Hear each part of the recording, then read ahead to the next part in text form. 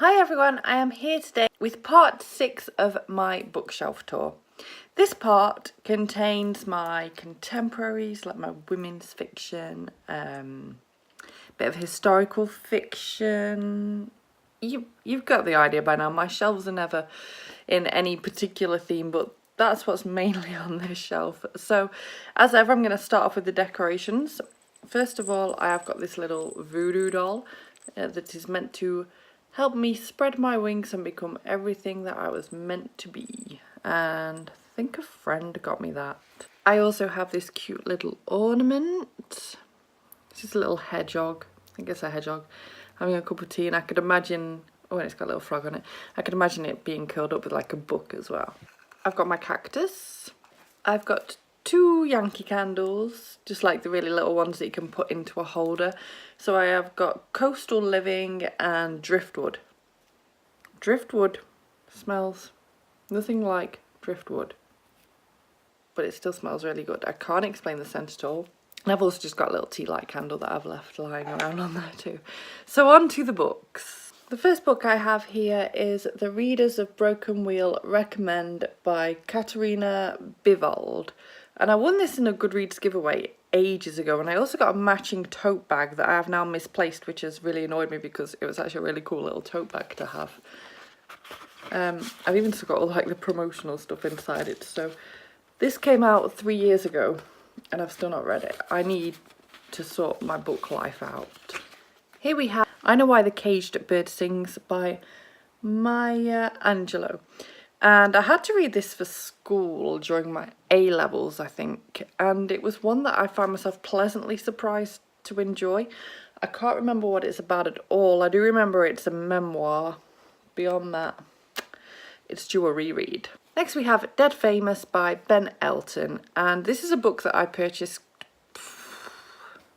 maybe about 17 years ago, to be honest. I was sort of perusing the bestsellers list at the time, and at the time this was there.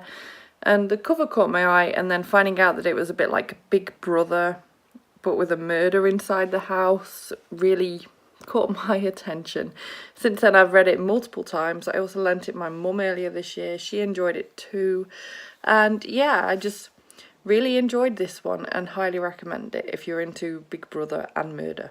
Here we have Beauty by Louise Mensch, and I received this from a Goodreads giveaway a fair few years ago now. Read it, yes, surprise, surprise, I've read it, even though it's quite a chunky one. Really, really enjoyed it. I want to reread this sometime because I can't remember that much about it anymore. I do remember it's about a girl who moves to New York and has to support herself, has some sort of family issues, has some sort of other issues, and sort of builds herself up from this person who's struggling to pay for her flat to like a really successful businesswoman. Here we have Hillary's Head by Tim Stutler. And this is another Goodreads giveaway book that I have read. I won this again around the same time as Beauty, and this one I really enjoyed. It's about a girl who has a sister who has some sort of disfigurement with her face. I can't remember the reason and name behind it now, but she's really disfigured, and that's all I can remember. I remember there's a really big twist in this though that really surprised me. I actually really enjoyed this one in the end, and again it's another one I want to reread. Here we have Birdsong by Sebastian Faulks, and this is one again that I had to read at school, I think around GCSE or A-level stage, and this is a World War One, I think,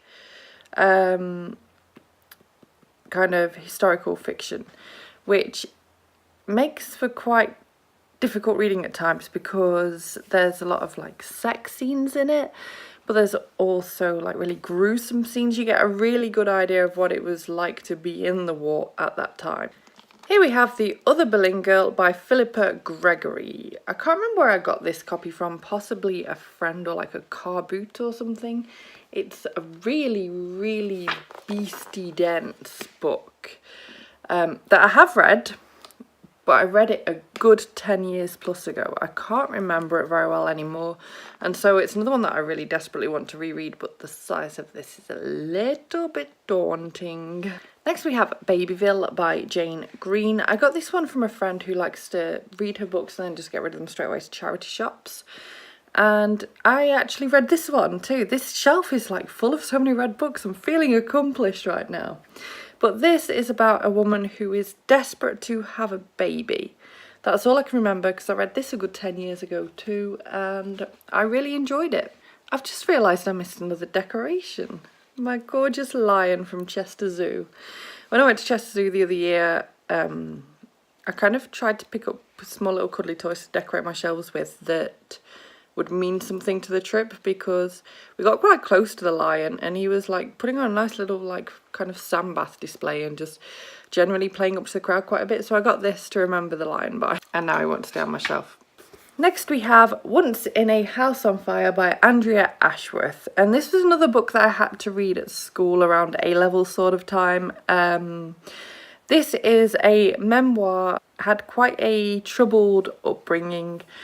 Her father was very abusive, and it's just a really gripping, terrifying ordeal that you go through while reading this book. You end up terrified because her father is just that nasty a piece of work, and her mum takes a long time to see that. Here we have Felicias Journey by William Trevor, and I had to read this at university my first year. I don't remember it very much anymore, but I do remember loving it, and I really want to give it a reread. It's quite a thin one, so it should be relatively easy for me to pick up sometime and fly through. Then we have Remains of the Day by Kazuo Ishiguro, and I had to read this in my first year at university as well, the same module as the previous book, and I absolutely adored this as well. It's a historical fiction, and it was really quite a beautiful, gripping read that I really want to, as I said, dive into again and refresh my memory of. Then we have One for My Baby by Toni Parsons. I got this off the friend who again gives all her books away to charity shops when she's read them, so not read this one yet. Then we have The Handmaid's Tale by Margaret Atwood. This is one of my favourite books of all time. I bought this when I was about 15. Writing's really small in this actually. And yeah, as I said, one of my favourite books of all time. I really want to reread it because it's been far too long since I last read it. I've read it dozens of times though. I wrote my dissertation on this. I studied it at A-level. I've just like been exposed to this book so many times in my life, and I can't recommend it enough if you've never picked it up. It's a kind of really traditional dystopian. This was actually published the same year that I was born, which again just makes you feel that stronger connection to her. I'm like, it's almost like we're meant to be best friends. Next we have the Rosie Project by Graham Simsian, and I won this book in a Goodreads giveaway, and it is signed, which I am so chuffed about because I'm starting to really enjoy his writing. I thought the Rosie Project was okay, and I've since more recently read Two Steps Forward, which he co-wrote with his wife, and I loved that. I absolutely adored it, and so now I'm like, well, at least I've got his autograph somewhere. This is a fun read.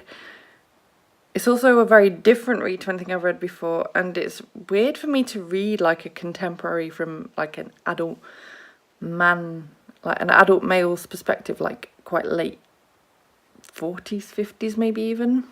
It was different and I really enjoyed it. Since I enjoyed it so much, I wanted to get the sequel, and I've still left the stickers on to this day, which is the Rosie Effect. I've heard bad things about this one. People don't seem to like this one half as much, which I did know about when I bought it and didn't bother me at the time, but now I'm feeling a little bit put off by that. I will read it, I'm just not in a big rush because I feel like it's going to just be a disappointment. If you've read this one, please let me know in the comments down below whether I should be worried about picking this up or not. Next we have The Undomesticated Goddess by Sophie Kinsella. Sophie Kinsella is one of my favourite authors of all time. I just love her work. It's just so distracting from the real world, even though it's real life issues in such a hilarious way that it just really kind of helps me de-stress, and I think I need to do a massive reread of all her work sometime soon. But yeah, this one is just absolutely fabulous. It's one of her standalone books. Next we have another Sophie Kinsella novel. This is the first book in the Shopaholic series, and this is The Secret Dream World of a Shopaholic. Then we have the second book in the series, Shopaholic Abroad. Then we have the third book in the series, Shopaholic Ties the Knot. This is actually the first one I ever read. I didn't realise it was a series when I picked it up, read it, loved it. So just for the record, this is totally readable without having read the first two. But reading this and enjoying it and finding out it was part of a series, maybe then go back, get the first two and just kind of keep collecting them from there on out. Then we have the fourth book in the series, Shopaholic and Sister. Then the fifth book in the series, Shopaholic and Baby. And that is where I kind of end my physical collection of this series. I have carried on buying them, but I've got the rest of them on Kindle and I've not read them yet. So I'm very behind at this point. Next we have another one of her standalone novels, and this is Can You Keep a Secret? Next we have a book I won in a Goodreads giveaway, and this is The Show, and something stuck to it. Ooh, this is The Show, and I've not read this yet. It's by Tilly Bagshaw. I've not read anything else by this author either yet, but I feel like I will really enjoy it. I just need to kind of get around to picking it up, and there's a really cute beagle on the back. Next we have a book I bought forever ago. I'm not even slightly understating that. I bought this so long ago, and I'd kind of deliberately avoided watching the film because I wanted to read the book first, and it got to the point where only a couple of months ago I was at a friend's house and we have a movie night every week, and they really wanted to watch this, and I was like, but I've not read the book yet. And they were like, oh come on, how long has it been out at this point? I was like, okay. So I caved and watched the film. Really enjoyed it. Do really want to read this even more now that I've seen the film, but I feel like I need to leave a little bit of a gap before I do pick it up because the film's still a little bit too fresh in my head. But yeah, really enjoyed this. Oh, I've not even said the name. It's The Devil Wears Prada by Lauren Weisberger. And I think there's a sequel. I feel like I looked that up. Can't remember now though. Next we have another Goodreads giveaway win. This was A Lady Cyclist Guide to Kashgar by Suzanne Joinson. I nearly said Johnson, then Joinson. And this is, as I said, one that I won in a Goodreads giveaway that I've not read yet, but that cover is fabulous. This is also one I won in a Goodreads giveaway. This is Wish You Were Here by Catherine Elliott. This one stood out to me because Sophie Kinsella has blurbed it, but also the cover's just, again, another stunning one. I've not read this. I hope to get to it soon though, and still smells good even though it's a few years old. Next we have The Affair by Jill Paul. This is a romance, that's all I know about it, and again this was another Goodreads giveaway win. Next we have a book that I bought so long ago on impulse I can't even tell you. It's probably been a good 14 years I'd probably say. And this is The Love Academy by Belinda Jones. I picked this up when I was randomly walking around Waterstones in Plymouth, back when I used to live in Plymouth, and was just looking and just thinking, I want to buy a book and I don't know what I want to buy. And saw this one, thought, oh, that's a pretty cover, attracted by the spine. And I was like, oh, signed by the author.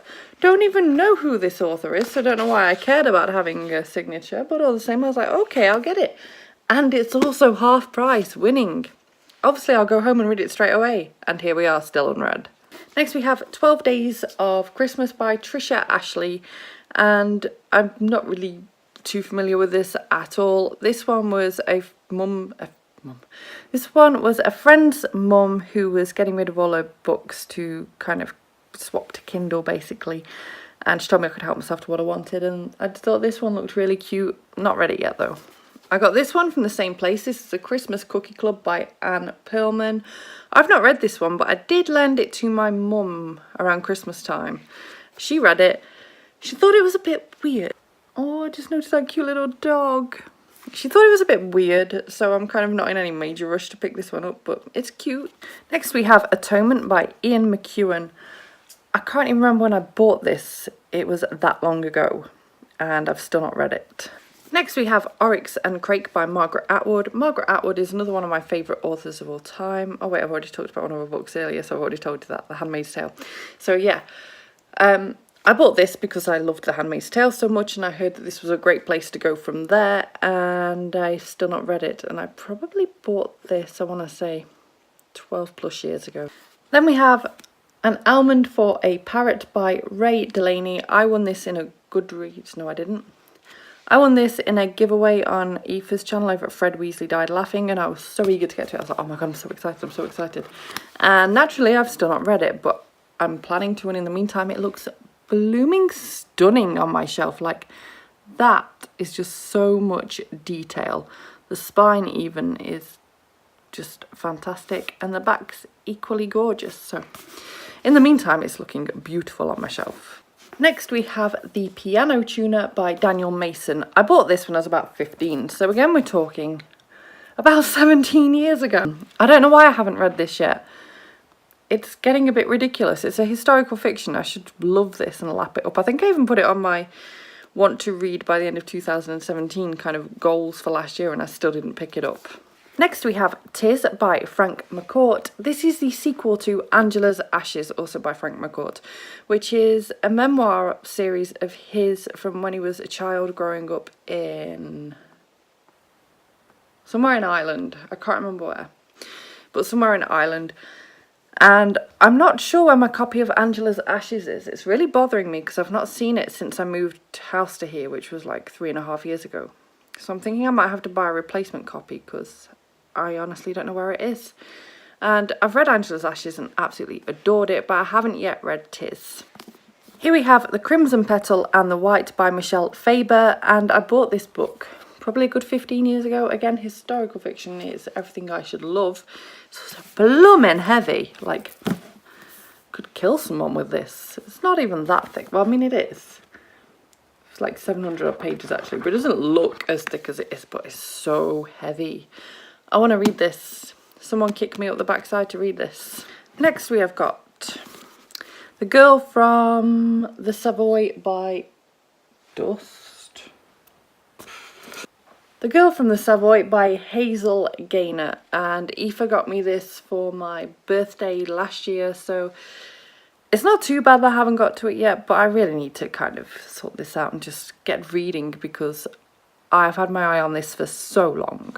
Next we have The Incidence of the Fingerposts by Ian Pears. This was recommended to me by my lecturer in my first year at university, so we're talking about 14 years ago, and I was like, oh yes, like I would totally love that, you're right. So I went out, I bought it, and I've still not read it, and it's starting to get really yellow and old looking, and I need to just give this a read because I'm sure I will love it. It's just really dauntingly long. It's like, yeah, 700 pages. Next we have Paddy Clark Ha Ha Ha by Roddy Doyle. And I bought this when I was about 16, 17. I think it was for my A-levels. I had to read this and I bought it and just didn't actually read it. Next we have got Face Value by Kathleen Baird Murray, and I won this in a Goodreads giveaway. I can't remember what this is even about anymore, but I feel like it's like women's fiction.